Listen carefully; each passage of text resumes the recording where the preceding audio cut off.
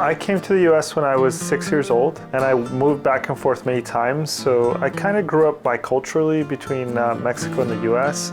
I'm really interested in just telling stories of people caught in between borders, in between spaces, in between cultures, and part of that is listening to regular people that you may not expect to hear from, using film as a medium to bear witness.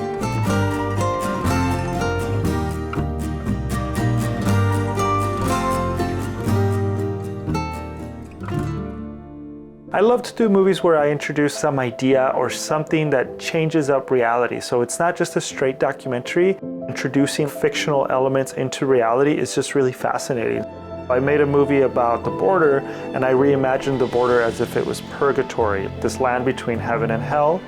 The next film, I worked with real farm workers to tell a fictional story about the existential crisis of an aging farmer from Michoacan.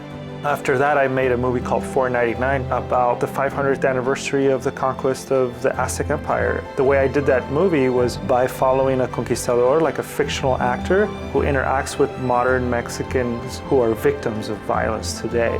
And I think that becomes a really interesting storyline because now he's having to grapple with the effects of 500 years of colonial violence. I'm really interested in uplifting voices of folks who are marginalized or silenced, capturing the humanity of someone who has been erased and doing it in a very creative way.